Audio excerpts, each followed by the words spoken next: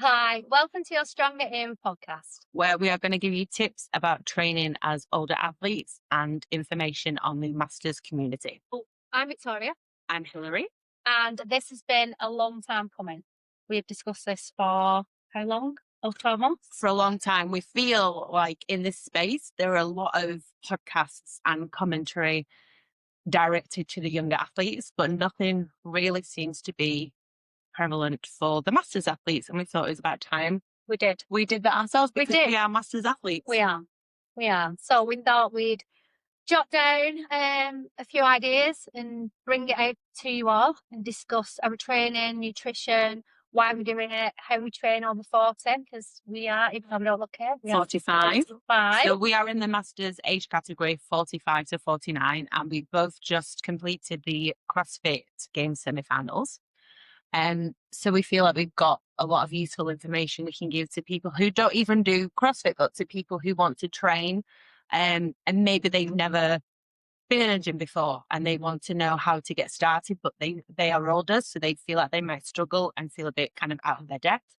And also to people who are maybe coming up to our age category and have trained previously a certain way, and now they're feeling kind of like the symptoms, if you like, of being older and aren't sure how to change their training. So we can give obviously information about how we do that.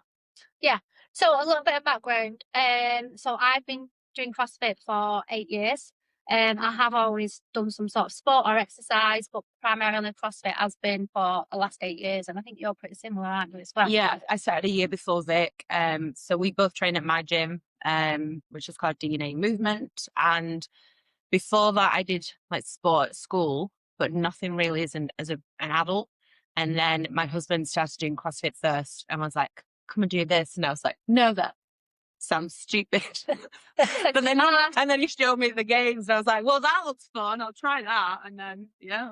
We both and that, didn't Yeah. we? So we've both sort of been on a similar journey as well, with not knowing anything about CrossFit or doing anything to do with CrossFit or lifting. Yeah. And then we've just obviously evolved over the last 8 years, and thankfully we're the same age. So we go through the trials and tribulations of what training brings. And I suppose, shall we discuss sort of like how much training? Because we do quite a lot of training, the both of us, don't we? Yeah, and that's not to say that everybody should start. Obviously, when if you haven't trained before, you wouldn't step into a gym and suddenly do the workload we do. We progressed over time to, and there are people who will train more than we do as well. But obviously, there are things you have to take into account: your job, your lifestyle, your sleep, how well you eat. So we can obviously cover all those things. But yeah, very much so for us because of the days we come in and train and the sessions we do. Yeah. So I've always done, and I think we've both always done the actual class that's scheduled on the agenda every day. Yeah. And then Hilary programs extra for myself. So I probably are how many extra sessions a week? At the moment, I'd probably say you get at least 2 sessions a day, so maybe like minimum of 10. Yeah. But with the class as well. So she'd top and tail her class. She'll come in and do a little bit, do the daily workout, the WOD of the day, the workout of the day, and then she will do an extra piece after. Yeah, so it is quite a lot, but I have built up to that, obviously. And as I've got involved more in the CrossFit Open and then quarterfinals and this year semi-finals, my training schedule built up a little bit to focus on weaknesses or areas that I wanted to try and progress a bit more in. So thankfully, Hilary is a godsend in that area. And sorts me out, it gets me where I need to be. But obviously, that's not everybody's schedule from the start. I think for people who don't do functional fitness but want to begin training, the most important thing is to do strength training. And I think we see it a lot where there's this kind of preconception that you'll start lifting weights and then suddenly become really muscular. We are both muscular. We're not going to sit here and say, oh, we've just got toned downs. We're obviously muscular, but we train so much. And that has come over 8-9 years of training. You don't suddenly start lifting weights and look like the Hulk. We wish it was that easy to build muscle mass. It's not. But for people who are looking to start training, building muscle mass is vital for you being able to age well and age healthily. and not fall over and break your hip and then be on that demise. That's our biggest thing, isn't it? Longevity. Yeah. That's what I think we, obviously it's great that I don't have a problem with looking strong. I know there's a lot of comments that get put out there in other podcasts about women looking like men, which is just crazy. Of course. I mean, look at these faces. But like, we want to be strong, obviously for later in life, as long as possible. Having that really strong structure as you get older, it's just like, that's the key, that's the goal really, as to why we train so much. But with that obviously comes your recovery and your nutrition. And obviously as we get older, it is difficult, you know, you sleep, as many women out there probably don't know what. Yeah, I mean, we're the same age, but we're slightly biologically at different times. So I'm perimenopausal.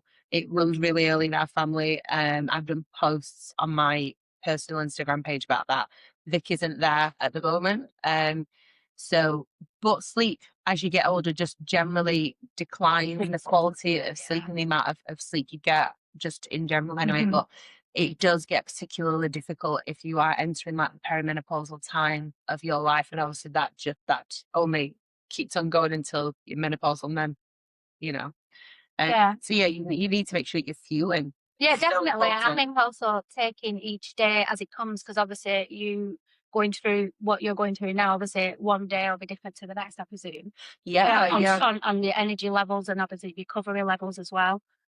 Hugely so. So I think before, because obviously we talked, Vic touched upon the fact we do the daily class as well. And before I was in my 40s, so I started in like my late 30s, and my energy levels were totally fine. So I would be able to do all that, and my energy was fairly balanced throughout the week. And then I got to early 40s, and I'd like come in, one day would be great, and then the next day I'd just be exhausted.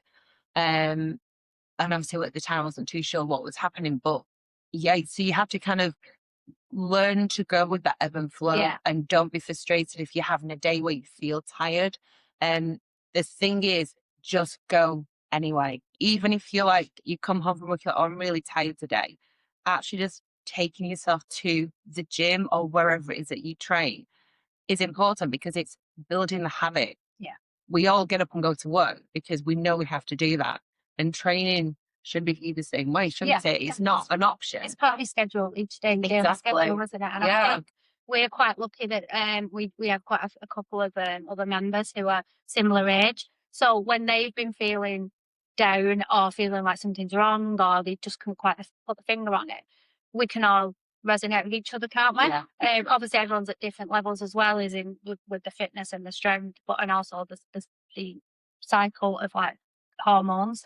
So I think it's good that you can feel like you're going a little bit crazy at times, and we have spoken to a few of them, haven't we? And I think it just having that conversation and being masters athletes, I think it's just so beneficial that everybody knows that, you know, everyone's at different stages, and your training is really good for that. Don't leave your training out. Don't not do it because you're feeling a certain way one day. I think it's, you need to drive forward with it, don't you? Yeah, that's the thing that actually ultimately is going to give you those energy reserves.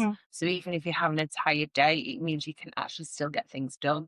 And as Vic said, I think being in a community, some people don't have that option. So we understand that. But for us being in a community, so every gym that is like ours, hopefully, have basically you come in every day and you chat, and then you might do the class and you might do your training, but the mainstay of why we love it and why we come is because we have each other. So the fact you can have these conversations with other people when they're having a bad day or they feel tired, and just like the key fact that we share. Yeah. We share information, we share how we felt. Oh, this is how you're feeling today. Don't worry. And talking about it is a huge deal. And that's for the boys as well. Whilst hormonally they aren't where we are, obviously that's different biologically, but they also get really tired, especially we have quite a lot of masters athletes at our gym. A lot of gyms are kind of predisposed to the younger set of athletes. And whilst we do have some, the majority of ours are actually, I'd say, 30s and up. We dominate. It's so good. But I think that really helps form our culture in relation to training, and not sucking it up in a bad way, but being like, yeah, I'm tired, but I still have to come into the gym, because we're looking at not next month's goal, not even a year's goal, even though we take that into account. We're looking at years down the line. Yeah. So that's why you can't, take months off and go, I'll do a week at the gym and then I won't come in again. For us, it's our life, isn't it? It definitely is. And also, I think we're looking at our majority is sort of masters and championing that as well. I think you forget how good that you actually are. Like we're 45 and what you can achieve at 45. No, you don't. Your life doesn't end then. Obviously, you are running around and trying to chase some of the young ones in the class sometimes, and They're also sometimes chasing us. they are. Yeah, they're not far behind. So I think championing and realising that as well. We've just recently had a competition that we went to, didn't we? And obviously, it's great that what you can see with the masters, and I think there just needs to be more out there just to highlight it because there's some absolutely amazing. Oh yeah, I mean amazing, the competition amazing is masters. raising the bar. It's at CrossFit Leyland. Yeah, great And competition.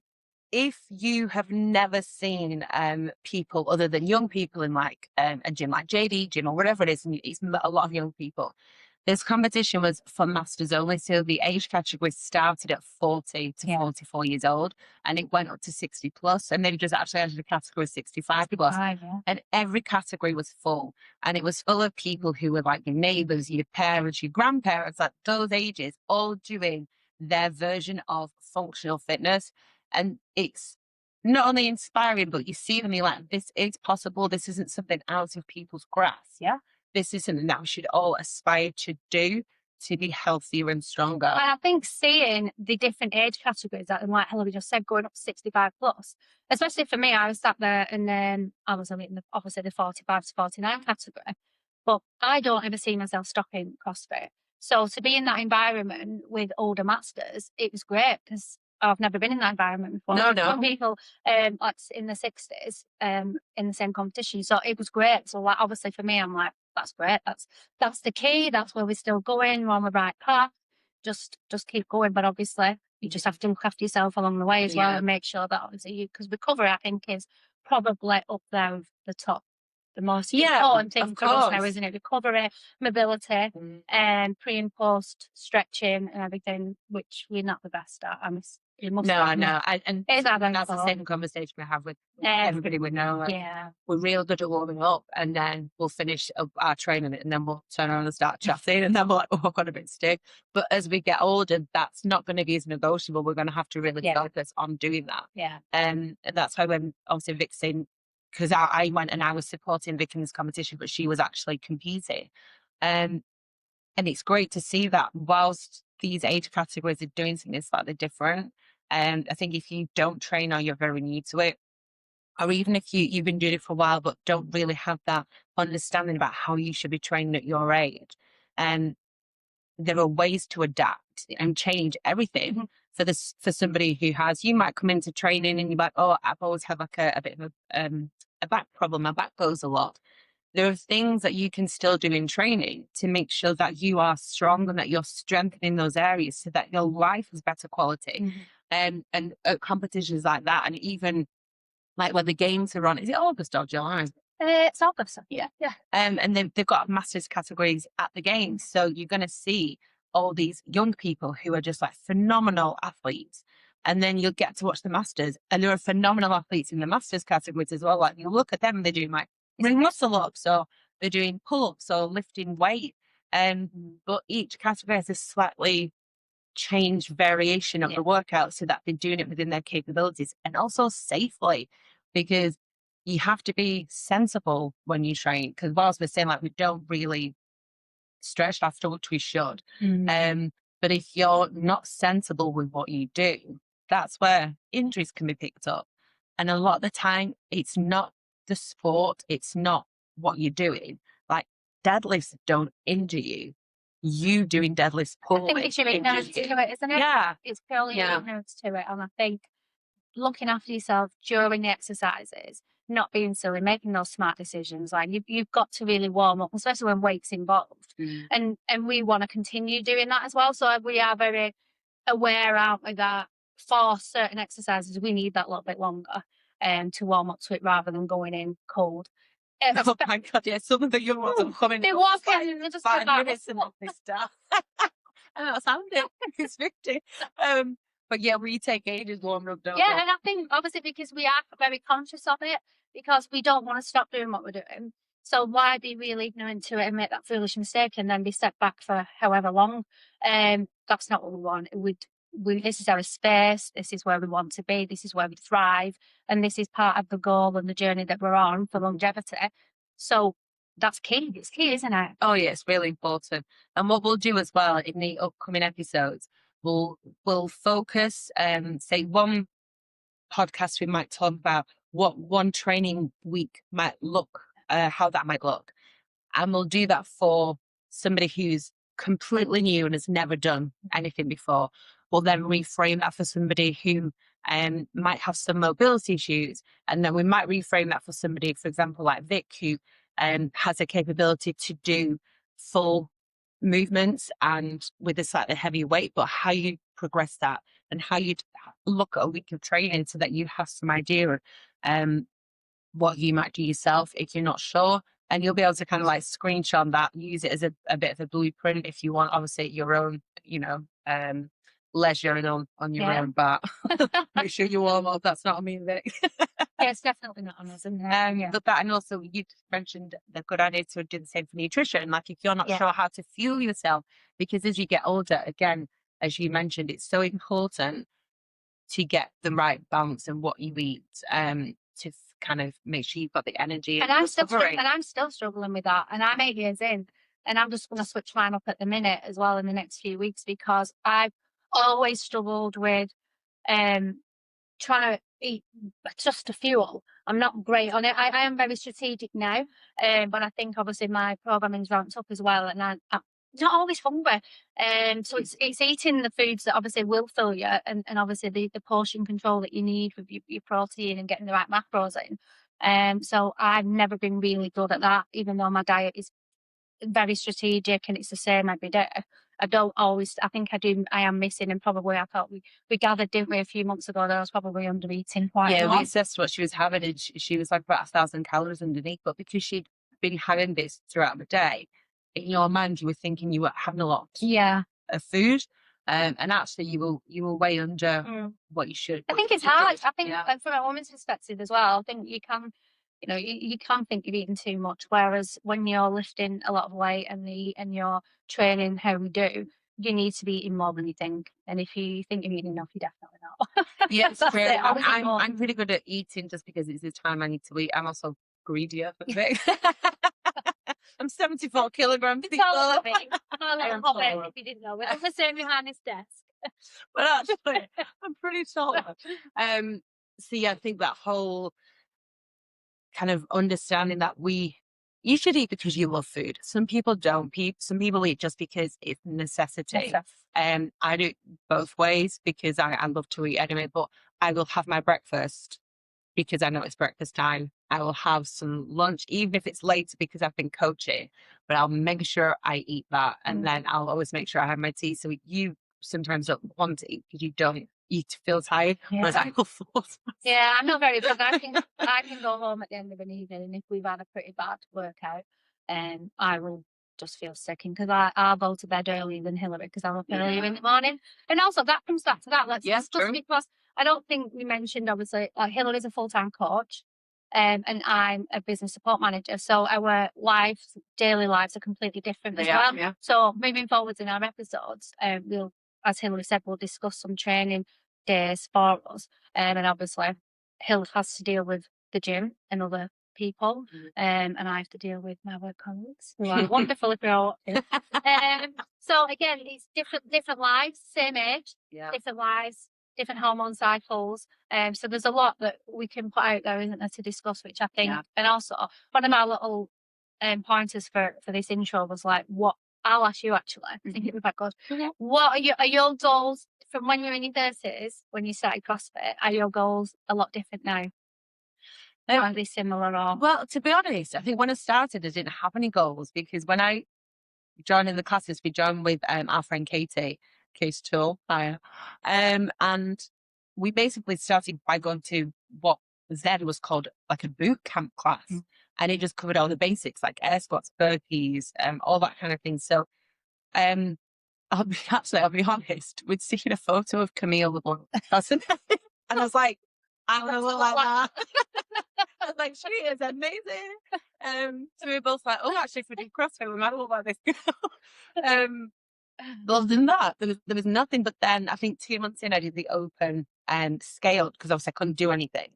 And one of the workouts had pull-ups in, and I was like, what the frick, man? I was like, this is scaled. Why have you given me pull-ups? But that's a scaled movement for CrossFit. Don't worry if you're trying to get your first one. We know it's actually really hard. And because I didn't have a pull-up, I was not frustrated in the sense that I hadn't done anything to earn that goal. But I was like, okay, now I want to pull up. Yeah. So then I spent like several months with one of our friends, Patrick, doing training and like doing different things to build strength to get a pull up. And it's quite addictive in a way, I think. Oh, so massively. So my goals change because then you get stronger, and I'm fairly strong, and I love that part of training. Yeah. And it, instead of it just being like a goal way off over there, it becomes more like, okay, this year I'd like to see if I could maybe get this many pull-ups, because it happens over time. There's no real instant goals, are there? No, and I think when you do the open, as we both probably know, when we started doing the open, you would get to a certain part in a workout, and if it's a workout where the technicality of something jumps right up and you're not there, your workout ends then. Yeah. So I think that for us, sometimes every year is like, that's not going to happen next year. I'm going to make sure that that doesn't happen. So if that comes up again, I'm going to make sure I've got that movement so that I can progress in that workout. So I think I never had any goals really, and it was all new to me. And then the more you're in it and you realise that you'll never complete it. You'll never complete it. And that's the beauty of CrossFit, that it's not completable. If you've got bar muscle ups, then you want more of them. You want to link more. Same with your toes to bar and double unders, weight, you want to lift heavier. So there's always the benchmark just starts moving and moving and moving. So I think that's really what I love. And I think for me, just my goal is just to continue being fit, healthy. I'm the strongest and the fittest that I've ever been now. So I'm miles better than I was in my 20s. So I wish I'd have met CrossFit in my 20s. But I can imagine how good it would be if it started like 2000. It's so good. We'd get the games. So yeah, my goal every year is just to try and progress. And this year, getting to semis, that wasn't even on my bingo card. So this year's been quite a good one, even though we're only in June. Yeah. So that's probably ticked off that, which I didn't even know I wanted to tick off. So yeah, I think it's just great, isn't it? And you can just keep setting your benchmark a little bit. Yeah, because it's not that we like the competing side, because we both get quite nervous, or very nervous actually. But it does give us that push, and that's why some people will say, "Oh, you train a lot," but it's because the actual training is the enjoyment for us. The goals are just something that come along. And I remember, I was like, oh, I really want to get like a 60 kilogram clean. And I'm not even kidding. As soon as I got it up and it was on my shoulders and I stood up, my instant thought in my head was like, right now I'm on 70. Yeah. And like an extra 10 kilograms, which is obviously a huge amount when you've just lifted 60. But that just shows you that it's not the fact that I'm wanting 60 in the first place. I just like the fact I'm wanting to achieve something, and I like the training I put into it to do that. Yeah. And then as soon as I've done that, I was set my next goal, because it's actually the path I'm taking that I enjoy. And that's why the training and the community aspect are like so kind of influential about how you feel about yourself and how settled and happy. Because, we all have bad days. We all have like moments where we have self-doubt or we feel pretty low in our mood. And those things always obviously, are catastrophized, and we think at the time they're going to be huge things. But actually, if you've got something consistent, you can always pull yourself back to. Yeah. Like doing this for us is a big part of that. And because we have each other and we have other people in the gym to lean on. And that's a huge, huge part of it, isn't it? Yeah, I think CrossFit also because it's so technical, and you really have to be switched on because there's a lot of weight around in it, the busy classes, that it's a complete switch off. It is for me. When I leave work and I come here, even if I've had a bad day, that bad day is just forgotten straight away, because I've got to stay so switched on in my class and my training that I'm doing, that there's no other thought process going on. So Yeah. it is my only time when I'm here, that I'm not thinking about anything else. So Yeah. it's great. It's great therapy. It's a great, it is my therapy, really. I think Yeah, it's because been you for come in CrossFit and years. you tell people that you did inspired. You're like, oh my God, Mm. this has happened at work, or this has happened. Um, and then we're all like, oh God, yeah, that sounds awful. But then you do the work Yeah. anyway. But it's not like you come in and you can't talk about how bad it's been. Yeah. You get to kind of unload a bit, and people around you are there to kind of discuss that with you. And that helps you move on, doesn't it? Yeah, definitely. Strive Chef, it's great. It's amazing. We've got a great community, and the amount of people that just thrive in it Yeah. is wonderful, isn't it? And I mean, obviously, like all around the world, not everybody has a gym like ours close to them. Whether it's like on the CrossFit maps they've got, but obviously we're not affiliated. But just in regards to us training, if you find a community gym where you can do functional fitness and find that in your life, you really will benefit from having just the community around you. It's such a massive part for us. Yeah, definitely. It can only be a benefit to you, and also it'll keep that momentum up with your training, because it is very difficult to get sidetracked, and you do have to make it a habit. But if you've got somewhere, a great hub which you can go to, I think that will just definitely help, and then you'll be in the midst of it then, and you won't even think about it. It won't even be a question. Am I not going to the gym tonight? And obviously, you can ask us questions if you have any Yeah. about training. Like if you've never started before, we are a great sounding board, because everybody starts having never done it before, and we don't all, come out of the womb doing pull-ups, and that's the biggest I think misconception. did. Yeah, she might be the exception. But everyone thinks that we've always been able to do it, and so obviously that's just logically just not the case.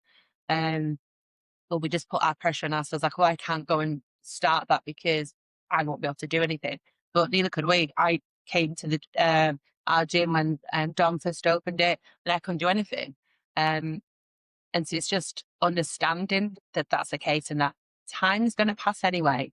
Whatever age you are now, next year you'll be a year older, and that time will pass. Yeah. So you might as well start, and then in a year you'll have been doing it a year, rather than go, oh, well, I'll start it, or I'll start my diet in 5 weeks, or whatever it is. Just make the steps now to do that. So yeah, you can ask us any questions if you have any. We'll also be more than willing to help. Fabulous. Well, so this is us, and we are going to be putting out. Are we doing 2 a month?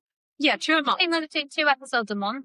So we welcome questions. And obviously, like we said earlier, we're going to cover nutrition. We're going to cover master athletes, training. So yeah, if there's any questions that you want us to answer within our little session, and because we are focusing on masters, if you have like any local masters comps going on, let us know. Send us a message, and we'll put it on the podcast and let other people know. We'll broadcast it to let you know that's happening. Then the games, obviously, we'll clarify the date. I can't remember when it is. I've got the thing. I've got a child to raise. But obviously there'll be masters office going to that, so we'll start doing little shout outs and information, so you can kind of start following them. Because as amazing as it is to follow all these younger athletes, because they're so lovely, follow masters athletes who are your own age, and raise their profile, and also get to see what people do who look like us or who look like you. It's huge. And we will just shout out again, obviously the competition that I did the other weekend was at CrossFit Leyland, and it's raising the bar, and that is master specific. So that they run that every year, and I think they've got another one coming up in July, haven't they, which is masters. I think it's October. Is it October?